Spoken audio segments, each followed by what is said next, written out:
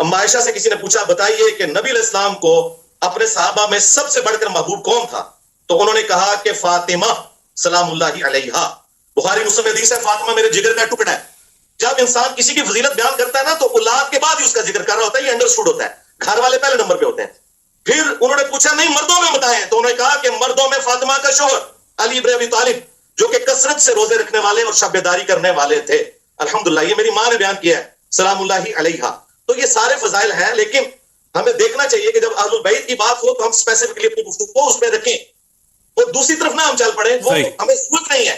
وہ فضائل صحابہ ماشاءاللہ پچھلے 1000 سال سے فضائل صحابہ کانفرنسز ہو رہی ہیں اور بڑا ذکر ہو چکا ہے اللہ کے فضل سے اس کے اوپر. اس وقت جو ہے اہل بیت کے حوالے سے کوشش ہے کریں کہ بھئی اہل بیت کے ساتھ جن لوگوں نے ظلم کیا, ایک تو ہے اللہ کا محبوب, ایک ہے اللہ کے محبوب کا محبوب. نبی علیہ السلام کے سامنے ایک بھونا ہوا پرندہ لایا گیا, اسے حدیث طیب کہتے ہیں. نبی علیہ السلام نے کہا اے اللہ میرے ساتھ اس شخص کو بھیج کے پرندہ کھانے کے لیے جو اس مخلوق میں سب سے بڑھ کر تجھے محبوب ہے. اللہ اکبر. تو سیدنا علی رضی اللہ تعالیٰ عنہ تشریف لے آئے اور پھر ساتھ بیٹھ کے بھنا ہوا پرندہ کھایا. تو ایک اللہ کے محبوب ہے اور ایک اللہ کے محبوب ہے. الحمدللہ. تو فضائل سب کے ہیں, لیکن جب ہم آج بات کر رہے ہیں تو انشاءاللہ صلح حسن میں بھی انشاءاللہ جب آپ سوال پوچھیں گے تو میں انشاءاللہ صلح حسن سے بھی پردہ اٹھاؤں گا کہ صلح حسن کی آڑ کے اندر جس طریقے سے امام حسین علیہ السلام کی شخصیت کو ملائن کیا جاتا ہے, حضرت علی کی گستاخیاں کی جاتی ہیں, تو میں اس صلح کا بالکل پول کھولوں گا بخاری ابو داؤد ترمذی کی روشنی میں انشاءاللہ حقائق پبلک کے سامنے رکھوں گا, لیکن جب آپ سوال کریں گے تب انشاءاللہ. انجینئر صاحب نے اگرچہ ہمیں نام نہیں لیا کسی کا, لیکن ٹارگٹ تو کیا. اس میں یہ کہ انہوں نے یہ بات چھیڑی کہ جب فضائل اہل بیت کی بات ہو تو یہ خواہ بیچ میں صحابہ کو گھسیڑ کر اس سے جو ہے وہ علیحدگی کا اختیار کرتے. تو کیا یہ کام انہوں نے آج نہیں کیا کہ یعنی صحابہ کی تعریف ان کو برداشت نہیں ہوئی اور اس کو تنقید کا نشانہ بنا دیا؟ موضوع امام حسن علیہ السلام یہ کوئی موضوع میں یہ کوئی شرعی حکم ہے کہ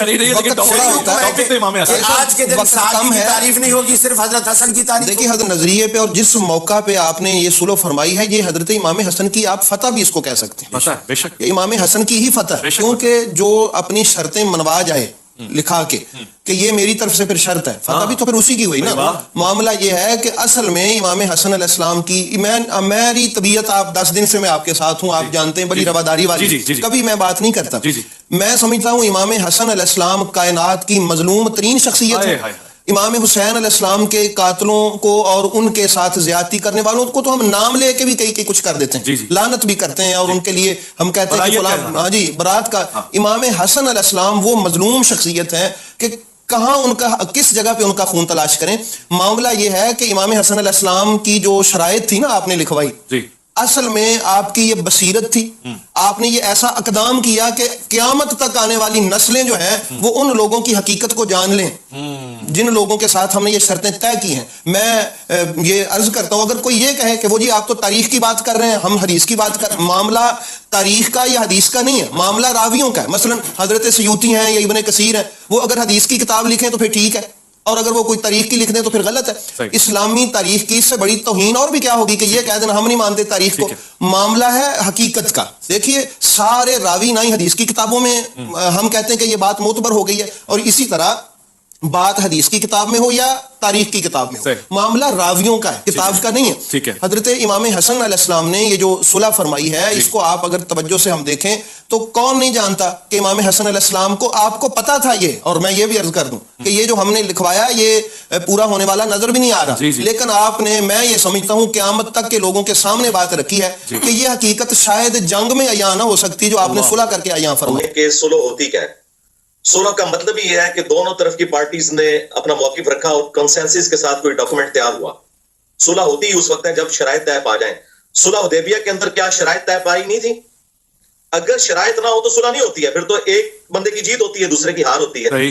جب دونوں برابر کے لوگ آ جائیں تو صلح کرتے ہیں اور وہ شرائط طے کرتے ہیں. لہٰذا یہ آؤٹ آف کوسچن ہے کہ وہ شرائط ہے تھی یا نہیں تھی. جس طرح صلح حدیبیہ کی شرائط تھی اس طرح صلح حسن کی بھی شرائط تھی. لیکن اس کے لیے یہ چیز یاد رکھیں کہ حسن ابن علی رضی اللہ تعالیٰ عنہ علیہ السلام نے جو یہ صلح کی ہے یہ قرآنی حکم پر عمل کیا ہے. بعض لوگ سیدنا علی رضی اللہ تعالیٰ عنہ پر خفیہ تان کرتے ہوئے یہ کہتے ہیں کہ حسن ابن علی تو مولا علی علیہ السلام کو اپنے دور میں, دور خلافت میں کی گئی جنگوں سے روکتے تھے. بالکل یہ جھوٹ ہے, نعوذ باللہ من ذالک. اگر یہ بات ہوتی تو وہ جنگ جمل صفین نہوان میں مولا علی کے ساتھ شریک نہ ہوتے, وہ شریک رہے ہیں. صفین پارٹ 2 بھی سیدنا حسن ابن علی نے شروع کر دیا تھا. اچھا, بخاری شریف سے یہ جو حدیث بیان کی جاتی ہے نا کہ یہ میرا بیٹا سید ہے, یہ پوری حدیث جو ہے یہ اس کا آخری ٹکڑا ہے.